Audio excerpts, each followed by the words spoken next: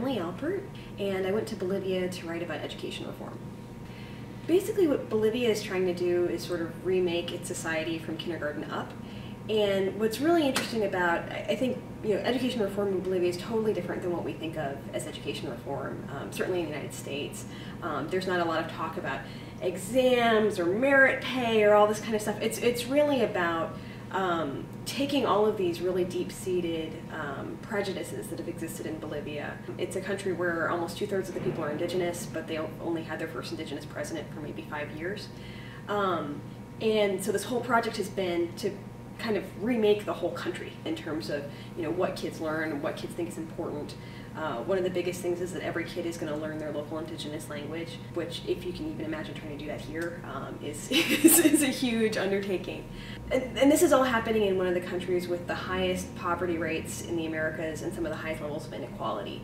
So I wanted to look at this huge, almost utopian project and how it's actually working and what some of the obstacles might be. Well, you would literally just see these signs all over La Paz for like night classes. In La Paz, the main indigenous language is Aymara, so I went and to go to one of these night classes and talk to a lot of the people who were taking it were teachers. All government functionaries have to learn a local indigenous language too, so there's just this huge pressure on everybody to go and learn or potentially lose their jobs. And it was fascinating to watch. I mean, despite the fact that now there's this huge incentive to learn, there's still these big kind of cultural prejudices against it. I talked to one high school teacher who mentioned that they've carved out a block of time during the week to learn Aymara, and the teenagers have been pushing against it because they say, well, we want more time to learn English. They already have a block for English, but they want more time for it. Well, for one thing, this is not a very technical law.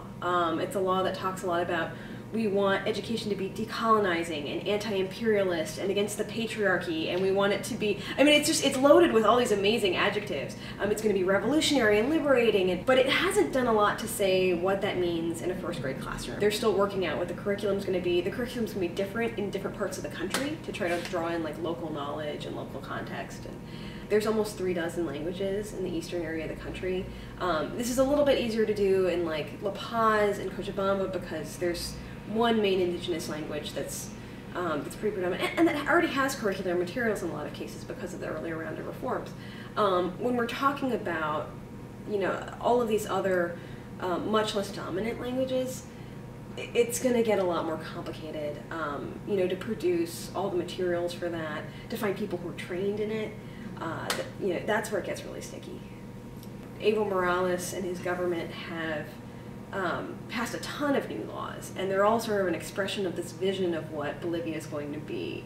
They've actually renamed the country too, by the way. It's no longer, it used to be the Republic of Bolivia, and now it's the plurinational state of Bolivia. And the idea being that all of these different indigenous nations, about 36 of them at least, are going to be represented, are going to have their own rights, in some cases going to have their own justice systems.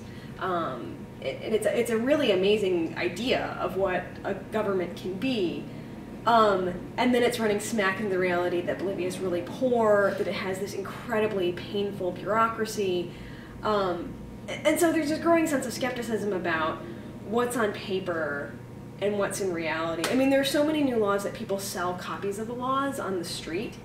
Like it's this thing you can go and buy like a copy of the education law or the copy of the anti-racism law, or so I think there's still a lot of concern about that. I mean, people are at least being proactive, certainly on the language level, because I think that's the most concrete thing. But I think some of the more abstract ideas of this, of kind of embracing your culture and decolonizing vision of Bolivia, are going to be a lot harder.